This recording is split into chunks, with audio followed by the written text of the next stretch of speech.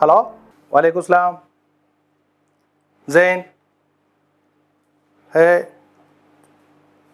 अना अलही नहीं जी अलही नहीं जाना शुक्रान നിങ്ങൾ പോകാറായോ? ഞാൻ ചായ എടുക്കട്ടെ? നീ ഒരു സുലൈമാൻ എടുക്ക്, കഴിക്കാനൊന്നും സമയമല്ല. ഇന്നൊരു കേസുണ്ട്. ചായ മാത്രം മതിയോ? കുബൂസ് എടുക്കട്ടെ? നീ ചായ എടുക്ക്.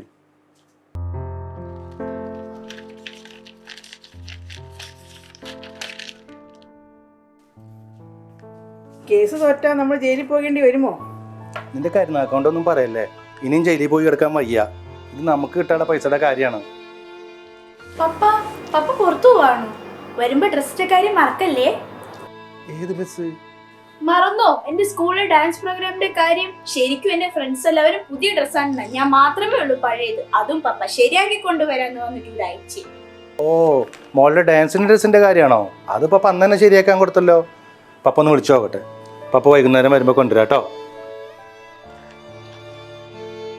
അതെങ്ങാനും കൊണ്ടുവരാതിരുന്നെങ്കിലുണ്ടല്ലോ, എനിക്ക് ഡാൻസിന് പങ്കെടുക്കാൻ കഴിഞ്ഞില്ലെങ്കിൽ പിന്നെ ഞാൻ സ്കൂളിൽ പോയില്ല. തീർച്ചയായും കൊണ്ടുവരാം മോളെ.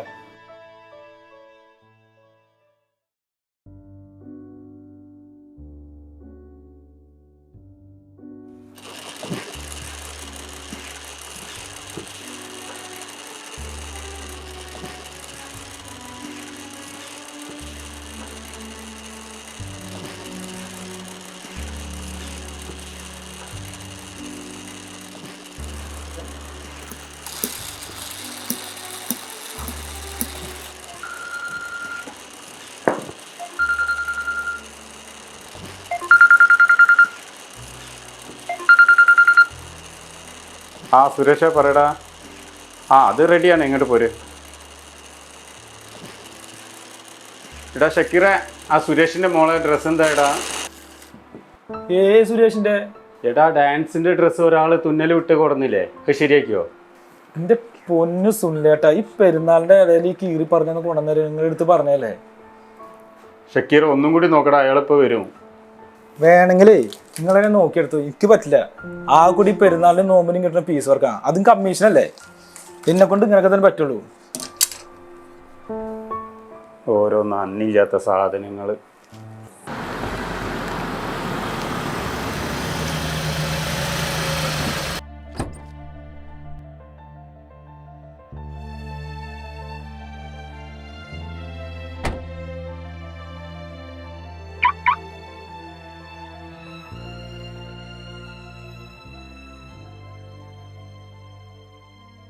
സുന്ദേ, എന്താ മോളുടെ ഡ്രസ് എടുത്ത് വെച്ചോ? സുരേഷയുടെ ഇരിക്കാനൊന്നും നേരല്ലേ സുന്ദേ. ഷക്കീറ ഒന്ന് നോക്ക്. നിങ്ങളുടെ കയ്യിലല്ലേ, എന്തിനാ നിങ്ങൾ ഇന്നോട് ചോദിക്കണത്? എന്തായി സുന്ദേ, ശരിയാക്കില്ലേ? ഇപ്പൊ ശരിയാക്കി തരാം. അത് ഇവന്റെ അടുത്ത് കൊടുത്താണ്, തിരക്കിൽ എവിടെയും മറന്നു വെച്ചു. സുന്ദേ, സാധനം മിസ്സായോ? ഷക്കീറ, ഞാൻ നിന്റെ കയ്യിലടാ തന്നത്. സുരേഷേട്ടാ, സാധനങ്ങൾ എന്റെ കയ്യിൽ തന്നെ തന്നത്. ഞാൻ അപ്പത്തന്നെ അത് സുനിലേട്ടന്റെ കയ്യിൽ കൊടുത്തിട്ടുണ്ട്. നിങ്ങൾ അങ്ങനെ പറയല്ലേ. നാളെയാണ് മോളുടെ പരിപാടി. പുതിയത് വാങ്ങിക്കാൻ പറ്റാത്തോണ്ടല്ലേ. നിങ്ങളൊന്നും കൂടെ നോക്ക്. നിങ്ങൾ ടെൻഷൻ അടിക്കല്ലേ, ഞാൻ ഒന്നും കൂടി നോക്കട്ടെ. നിങ്ങൾ വൈകിട്ട് വരും. മോളുടെ കാര്യമായതുകൊണ്ടാണ്, അത്രയും അത്യാവശ്യമാണ്. സുല്ല വിളിക്കിട്ടാ വൈകിട്ട്.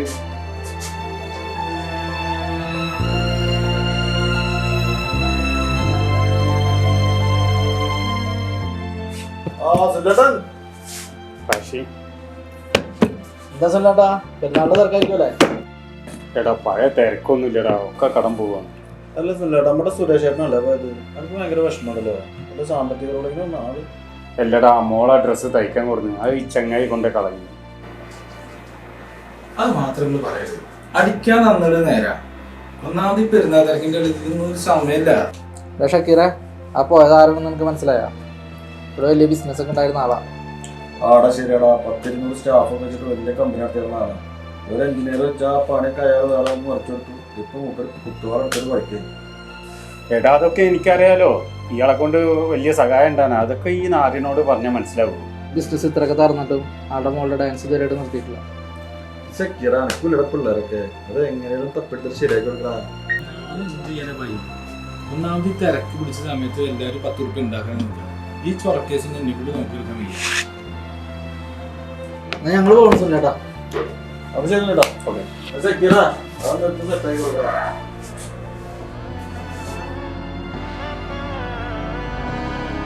നാടിൻ നന്മകനെ പൊന്മകനെ മുത്തായവനെ നിന്നും സൂര്യനും ചന്ദ്രനും ഒന്നായവനെ കാലം കാത്ത് വച്ച രക്ഷകനെ സംഹാരകനെ ഞങ്ങൾ കണ്ണനായി വന്നവനെ ഭയമേ മാറി. അമ്മ പപ്പ വന്നില്ലല്ലോ, ഒന്നും കൂടെ വിളിച്ചു നോക്കിയേ.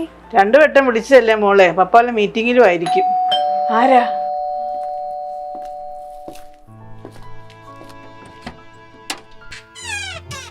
ആ ഷക്കീറോ? എന്താ ഷക്കീറേ? ഞാൻ ഇതൊന്ന് ഇവിടെ തരാൻ വേണ്ടി വന്നാ. ഞാൻ സുരേഷ് ചേട്ടനെ കുറെ നേരമായി വിളിക്കുന്നത്. മൂപ്പര് ഫോൺ വിളിച്ചിട്ട് എടുക്കുന്നില്ല. എന്നാ ഷക്കീർ കയറി ഇരിക്ക്, ചേട്ടനെ ഇപ്പൊ വിളിക്കാം.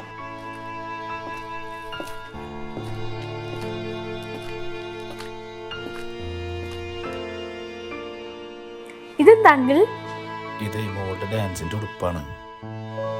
ഹായ്, ഇത് പുതിയതാണല്ലോ. പുതിയത് തയ്പ്പിക്കുന്ന കാര്യം പപ്പ പറഞ്ഞില്ലല്ലോ.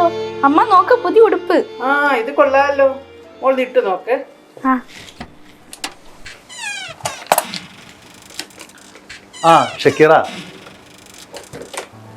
എന്താ ഷക്കീറ? ഇത് സുരേഷ് ചേട്ടാ, ഞാൻ നിങ്ങളെ കുറെ നേരം വിളിച്ചിട്ടുണ്ടായിരുന്നു. നിങ്ങൾ വിളിച്ചിട്ട് ഫോൺ എടുക്കുന്നില്ല. ആ ഞാൻ ഓരോ കാര്യങ്ങളായിട്ടേ അനക്കറിയാലോ, ഞാനിവിടെ ഉണ്ടായിരുന്നു. സുരേഷ് ചേട്ടാ, കൂട്ടുകാരന്മാര് പറഞ്ഞപ്പോൾ നിങ്ങളെ പ്രശ്നങ്ങൾ ഞാൻ അറിയണേ. ചേട്ടൻ വന്നോ?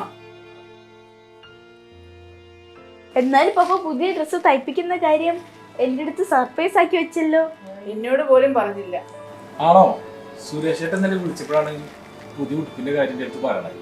പിന്നെ പഴയ ഉടുപ്പിന്റെ അളവ് അവിടെ ഉണ്ടായതുകൊണ്ട് പെട്ടെന്ന് ശരിയാക്കാൻ പറ്റി. സുരേഷ് ചേട്ടാ, ഞാനെന്നാ കടയിലേക്ക് പോട്ടെ. പെരുന്നാളിന്റെ കുറച്ച് ചെറിയ തിരക്കുണ്ട്. വേറെ ആരും.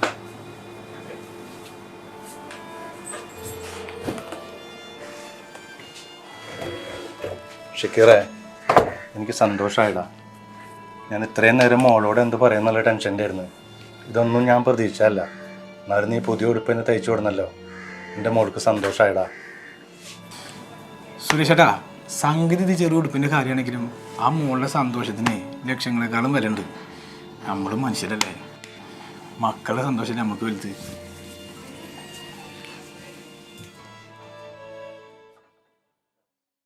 പ്രവാസം ഇങ്ങനെയാണ്, നിറഞ്ഞും മെലിഞ്ഞും ഒഴുകുന്ന പുഴ പോലെ.